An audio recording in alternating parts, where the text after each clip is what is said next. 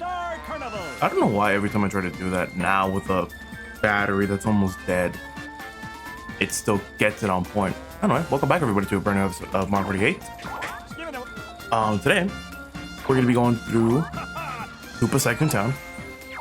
A board that mostly everybody plays when they play Mario Party 8. It's either this, Goomba, or DK.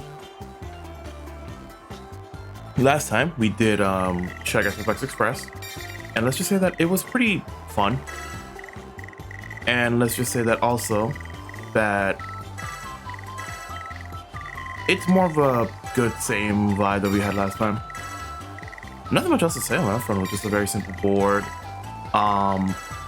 Everything else was just on the whole part of having fun.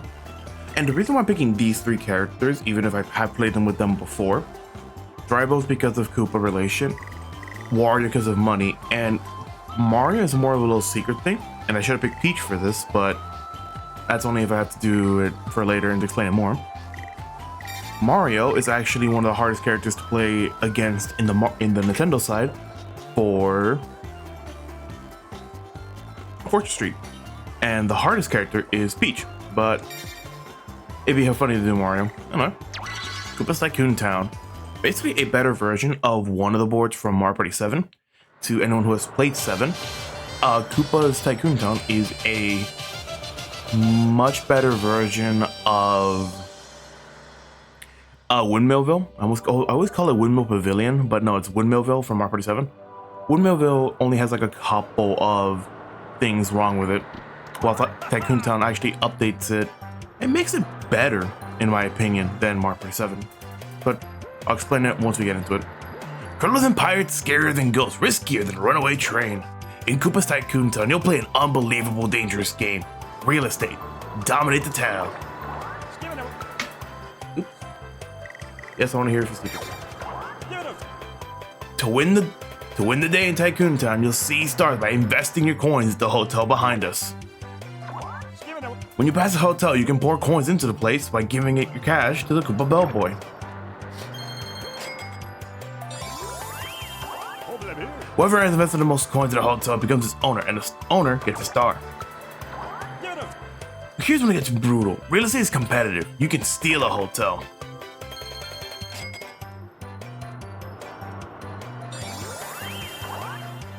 Steal a hotel, stuff more coins into the place than anyone else has, and then you're the new owner.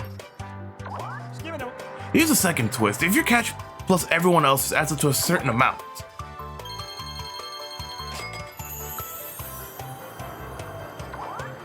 that hotel grows. A 1-star hotel will turn into a 2-star, but who benefits? Only the owner. That's how you get stars here. The truly wealthy make 3-star hotels and block steals with 100 coins. So basically, just like the one in Star Battle Arena, this is not as different as it seems. In Star Battle Arena, you only have to get like 4 stars, which is pretty easy. You just need 2-star hotels and you'll be fine. I'm last, by the way, which is good in this board. In this board in general, I always love being last. But back to what I was saying is that this board is very fun. The difference is just that you can just keep collecting stars as much as you can. And if you are playing this board on 50 turns, it becomes more of a blood battle and more of a race to the finish on who gets it than any other Mario Party board besides Fair Square, DK's Jungle Ruin, and to a certain extent Neon Heights. So the whole thing of this board is that we're supposed to invest, and if you remember back in the Star Battle Arena, I beat this board pretty fast because strategy. Basically, the same board applies. It's just any coin for 1 star under 30.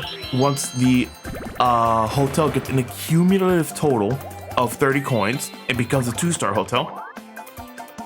And then once the 2-star hotel gets an accumulative total of 100 coins, it turns into a 3-star hotel. Very simple to do. And the difference between this and Star Battle Arena is very simple.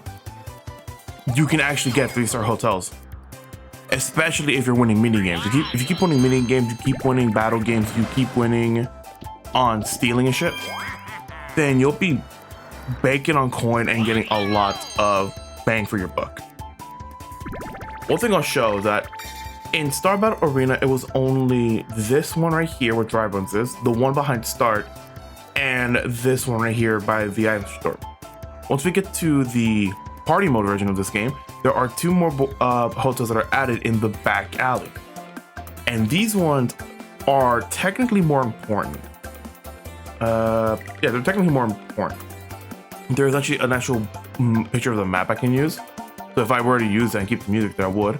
But the one near Start is a very strong position to be in the late game. Early game, it's not bad because you can just grab a free start immediately, but I would recommend not to grab it, because if you put all 10 coins immediately and someone rolls low and they win the next mini game, they just take that from you immediately and there's nothing you can do about it because you just wasted all your coins. The ones here in the left and right mostly are good to like invest some coins in, so like 5, 6, 7. And every time you come back to it, because you always look back to this one and you always look back to this one, they're good coins, or they're good to like keep adding coins in to keep them in your repertoire. The ones in the back are more important because you can dump as much coins in it as a certain tactic to keep them with you, but also keep in mind that that can happen as well. Happening spaces around here also are acting differently. The bandit here can be used to steal coins from a hotel to make it yours. One with the Koopa here will make it that you have to throw a dartboard, and if you hit Koopa, you win. Like some coins that he keeps adding after every miss. The excavator here is that if you land on it, the Koopa in the excavator will be giving you coins that he just dug up while making a new building. Other than that, there are only 2 lucky spaces in this board, and this is like the most amount of lucky spaces that a board can have. These 2 lucky spaces, a Koopa will take you to a certain secret area that you can see. If you get the bottom one, you go into the top right, and as you can see, that's the 3-star hotel under my cursor, under my character players as well. That is the 3-star hotel for free under a lucky space, and these count towards your total. There's no ifs, ands, or buts. So basically, another good strat is to get sloggos and to get lucky spaces. The bottom goes to the top right, and the top one goes to the bottom right. I'm good with directions, guys. But yeah, have fun with that, and do be mindful of how you're gonna roll. Going last and rolling low is actually a good idea in this board for the whole sense of strategy, trying to pick up the slack, and just overall having fun with people. But the first 1v3 game is Bombs Away. So this one I just dropped, right? Yeah. I'm also trying to find the candies that are used for this, that are only on this board.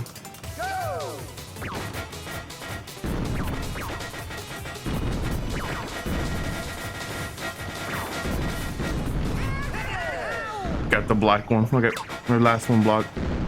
Anyway, the candies you can get in Koopa Tycoon time while we're going back. God damn it, I love ads.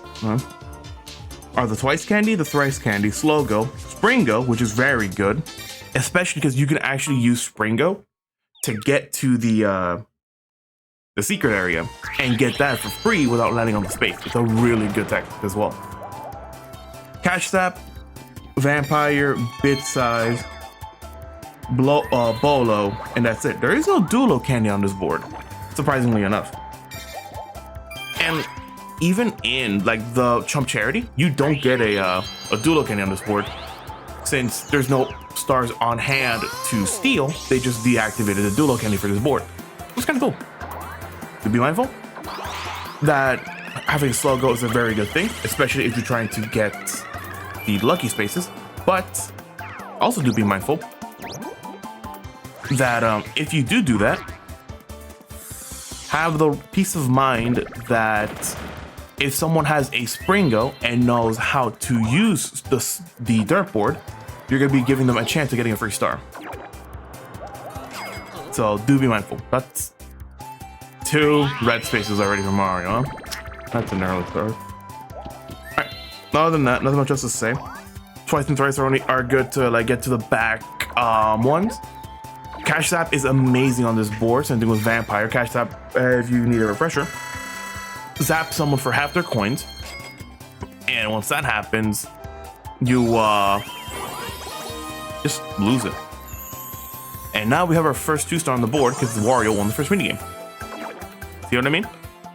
If you get that star immediately with at least 9, like 10 coins, I would love to say at least 5. But if you put like at least 7 coins on the first hotel, and the person behind you lands on a blue space and wins the next minigame, you're giving them a free 2-star by turn 2. It is diabolical. But I'm not gonna invest in that. I am not gonna waste my money here because if you tie, you don't change it. You need to have at least a coin above that. You need to have at least a coin above the total, and then you'll be able to steal it. If it's tied, it just stays to the previous owner. I can speak, guys. Also, another thing about this board is very simple. I do compare this to Fortress Street. Fortress Street's another game that I personally love to play a lot, that I know nobody wants to play. And I mean that, like, literally, no, I don't think anyone wants to play Fortress Street, which is sad. I love Fortress Street. To anyone who has recently played Birth by Sleep? Yeah, to anyone who has recently played Birth by Sleep, Birth by Sleep has a mode in the game. I don't know what's the name of it off the top of my head. On screen should have been the name of the mode. But the mode is like Fortress Street, which is very funny to me. That even if people do not want to play Fortress Street, of all games, Kingdom Hearts Birth by Sleep has a Fortress Street mode. I don't know what to say, man. I just feel happy. But it's actually required, technically quote unquote required, to play through that for some of the good spells in the game. It's very funny. Oh, I have 30 coins. I can actually invest in a 2-star in the back. And I will say this, if I were to play Mario Party 8 with friends, given a strategy I can just give to my friends to help them out, will make this board more cutthroat than it should have been. Like in general, Koopa's Tycoon Town, Fair Square, DK's Jungle Ruin from Mario Party DS, and I think that's it. Eternal Star, if you want to include it, are very cutthroat. Mario has the red star down pat, Jesus Christ. But those boards I listed are all really good for cutthroat games, and especially if you know what you're doing. For a refresher on all those boards, because I know there are some games that I'm not going to play either because I can't record them or they don't warrant, quote unquote, warrant an LP because they are just playing the boards and not like a story mode in them or like a Star Battle Arena mode and shit like that. The Eternal Star from Mario Party 1 is one of the most cutthroat boards in that game because there are 7 star spaces on the board at all times. Once all 7 star spaces are gone, it reloads a new 7, and you have to keep going on that. The only bad part about that, it's very simple. You have to win a dice roll to get the star. You roll a speed block, which is an 8, 9, or 10, and once you do that, you get to fight a Koopa Kid. And if the Koopa Kid rolls higher than you, you lose your star and like 20 coins you gave to them. And that's pretty much it. But let's just say, even though you have a speed block of 8, 9, or 10, and you will most likely get a star in that scenario, there are times where you roll an 8 and the game rolls a 9, and you lose a star. It's very dumb. Fair square to anyone who's not playing Mario Party 6 at this point. Man, I love cutting in the middle of recordings. Anyway, I was saying about fair square. Fair square, and in conjunction to its DS counterpart, DK's Treetop Temple, but you can basically get a lot of stars in fair square per coin multiplier. And to that one is that if the star is 20 coins and you have 20 coins, you'll just get 1 star. But say you have 100 coins, you can get the maximum of 5 stars per star rotation. And the max is 5 in Mario Party 6. DK's Treetop Temple in Mario Party DS actually changes the formula a bit more than I expected it. If you guys have seen TRG, you know what I mean. Basically, it's the same thing as fair square, where you only have like only 1 star space to go. You have to climb an entire like jungle gym to get to the top of the ruin to trade coins for stars.